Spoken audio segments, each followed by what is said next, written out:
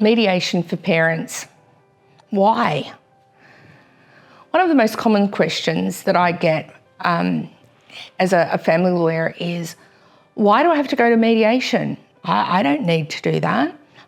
We can't reach an agreement, and I would like to go just to the court and get the judge to, make a decision, because we can't. We can't do that because the Family Law Act says that we need to attempt to resolve any issues between parents before we go to court without the need for going to court. So that's every parent. Before they can file an application in the court asking for the court to make parenting orders, they have to attend what is called family dispute resolution. They do that with a mediator who's specially trained to deal with separating parents, keeping parents focused on the same thing that the court is going to look at, the best interests of the children. So that is the person that is charged with that job. They are quite often lawyers, shorten everything, of course, but we call them an FDRP, so short for Family Dispute Resolution Practitioner. And that just means, remember, it's a mediator who's got that special training. The process is for the mediator to assess whether or not this family, this couple are suitable for mediation, to go through the family dispute resolution process. I'm just going to say mediation, but you'll know that I mean family dispute resolution, right? It's a long thing to say. I'll just say mediation. They'll assess whether or not the family is suitable for mediation, and most people will be.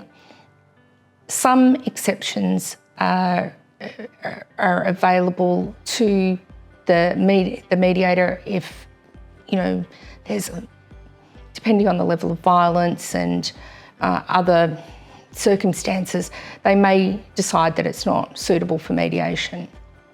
But even if there is a history of violence, a protection order in place, we can usually still mediate. We just do it differently. So some mediations, everyone's in the same room mediating, then they go off and have a chat in separate rooms and then come back together. Sometimes it's on Zoom. So just sitting in their lawyer's office, seeing the lawyer and the other lawyer and their ex on the screen with the mediator. Sometimes it's on the phone. Some people don't have access, if they live in an area where internet is not great, sometimes mediations happen via phone.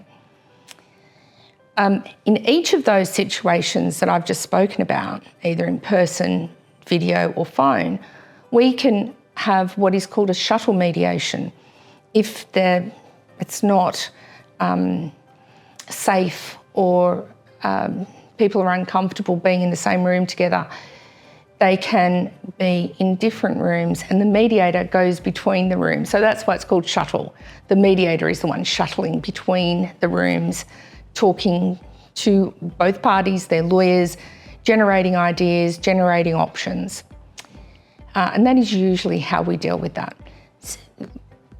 Not many people get an exemption from attending a mediation. Now, what the next question people ask me about is, what happens at a mediation? Like, we can't agree. Why are we going to mediation? What will happen? What will be different? Mediation is beautiful in the sense that it starts with what we call opening statements. Now, opening statements are, well, the mediator makes one, can I say. It is a bit boring, but they have to run through some very important information and make sure everybody remembers that it's confidential and, you can't talk about what happens in the mediation outside. You can't talk to, your partner, your parents, especially not your kids or your friends or family about that, and nothing on social media. They'll remind everybody about all of those types of things. But then what happens is each party, so each parent, is invited to make an opening statement. And what happens then is they tell everybody why they're at the mediation, what their worries are, and what are they hoping to achieve. Now, sometimes that is the first time that the other parent has actually heard what the real problem is for, the other parent. And when they've both heard each other and their worries, what their goals are, all of a sudden we can start talking about those issues openly. We can, face them together, work through them, and, realise that, generally most parents love their kids. That's a given. They love their kids and they want what's best for them. So that ability to hear each other, work through each other's worries and concerns, and then, generate some options to deal with those worries and concerns can really help us get to a place where we have a resolution and we can document the agreement. That is usually what happens. That is what happens for 95% of the population. Remember that. Not everybody goes to court. Not everybody needs to have an all-out war to work out what should or shouldn't happen with their family, for their kids, for their finances. It's their future. I think that is about all I could tell you about mediation, other than it is a very powerful tool, and the Family Law Act recognises that. And the wise people, the judges, the academics that look and work with families all the time have found that this is the best way forward for most families. So I hope that's answered all of your questions.